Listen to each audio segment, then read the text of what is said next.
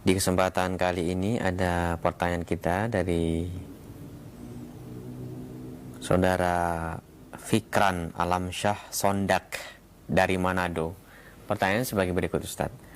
Saya ingin bertanya, Ustadz, jika Allah Subhanahu wa Ta'ala sudah mengetahui atau sudah mentakdirkan kita masuk neraka, lalu untuk apa kita diciptakan? Mohon dijawab, Ustadz. Silakan.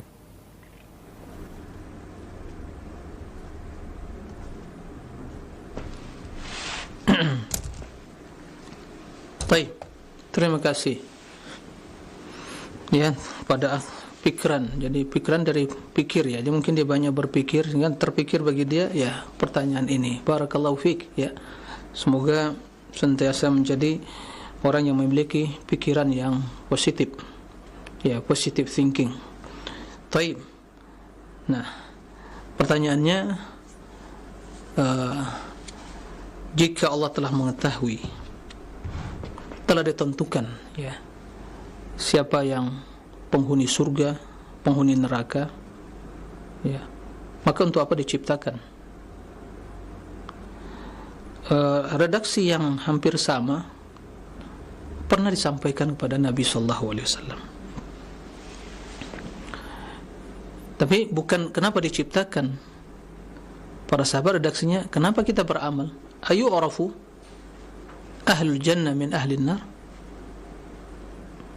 Begitu pertanyaan para sahabat kepada Nabi SAW. Karena permasalahan takdir. Nah, karena sebagaimana yang telah disampaikan Nabi kepada mereka, semua ini telah tertulis. Ma minkum min ahadin illa wa qad ulima maq'aduhu.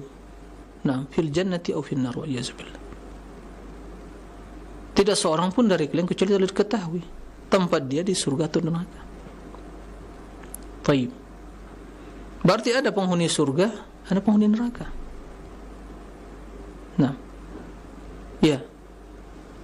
Kalau tidak diciptakan, siapa akan menjadi penghuni? Memang tidak ada yang diciptakan.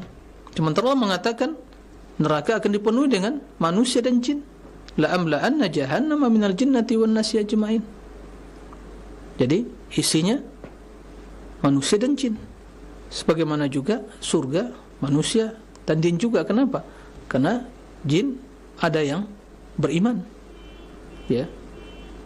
Sebagai manusia perintahkan beribadah, jin juga. Wa ma khalaqtul jinna wal insa illa liya'budun. Nah, maka yang taat masuk surga, yang kufur atau yang bermaksiat masuk neraka. Baik. Lalu kata Nabi SAW, kalau semua telah diketahui, nah, atau dalam sebagai redaksi, nah ini sebagian para sahabat, ya Rasulullah, akhbirna, nah,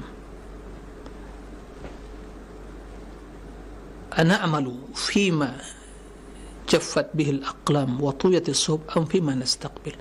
Kita beramal ini apakah sesuai yang tertulis di lembaran takdir yang telah kering tintanya, yang telah digulung lembaran tersebut, atau nastaqbil, atau sesuatu yang akan datang yang belum tertulis.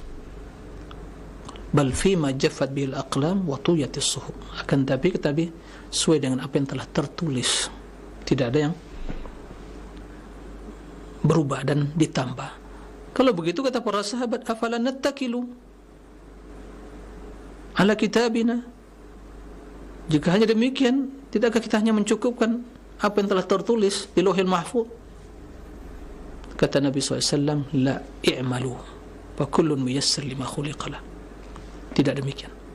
Beramallah, berbuatlah, masing-masing akan diberi kemudahan ya, melakukan untuk apa dia diciptakan.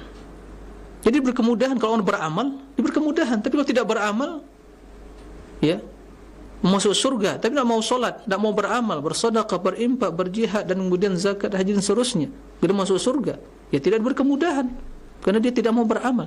Tapi orang yang beramal ingin meraih, karena telah jelaskan jalan kebaikan, jalan kejelekan, fa alhamaha fujuraha taqwaha, jelaskan jalan kebaikan dan kejelekan.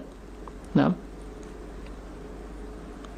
hadainahu najdain, dua jalan, maka dipilih kekuatan, diberi kita pilihan.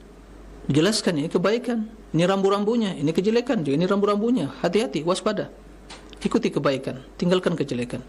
Tapi yang si fulan, ya ikuti kebaikan. Dia beramal, dimudahkan oleh Allah sehingga sampai kepada tujuan, akhirnya dia masuk surga. Tapi yang satu tidak mau beramal, mau mengikuti syaitannya atau jiwa yang mengajak pada kejelekan, ya tidak dimudahkan bagi dia, maka terjerumus dalam neraka. Semua itu telah ditakdirkan. Akan tapi kita tidak mengetahui apa yang telah ditakdirkan.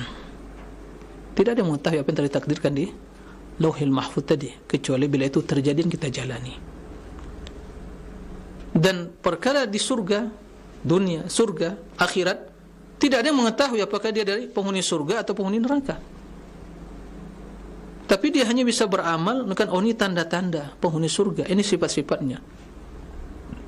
Makanya satu pernyataan yang begitu zalim, yang sombong, pernyataan kesombongan, yang tel kesombongan, ya, yang mengklaim bahwa kalau dia ikut kelompok ini, organisasi ini, udah penghuni surga. Kalau dia di luar dari kelompok ini, neraka. Ya, waliyazubillah. Ada lagi mengatakan kalau anda ikut kelompok ini, golongan ini, anda dah beli tiket untuk surga. Waliyazubillah. Ada kesombongan apa ini? Ya, ini seorang yang sombong. Dia menjamin satu kelompok dah surga, bagi dia yang lain neraka. Waliyazubillah. Ya, maka kita beramal, jangan tinggalkan amal, karena itu untuk meraih kebaikan tadi. Maka di sini, ya, keimanan kepada takdir harus menggabungkan dua hal. Mengimani bahawa semua hal itu telah tertulis dalam mahfuz, kemudian harus beramal, menggabungkan antara takdir dan syariat, mengimani dan melaksanakan. Itu baru benar, ya, baru benar keimanan pada takdir tadi. Jadi berusaha, bukan berpangku tangan, berusaha. Ini kata Nabi SAW, i'malu fa kullun muyassar lima khuliqalah. Naam, fa amma man a'ta wattaqa wa saddaqa bil husna fasanuyassiruhu lil yusra wa amma man bakhila wastaghna wa kadzdzaba bil husna fasanuyassiruhu lil usra. Jadi yang beramal kebaikan diberi kemudahan, yang beramal kejelekan, ya, maka diberi kesulitan. Seperti itu. Nah, inilah iman pada takdir yang harus kita pahami dan harus kita, ya, amalkan. Nah, demikian, wallahu a'lam.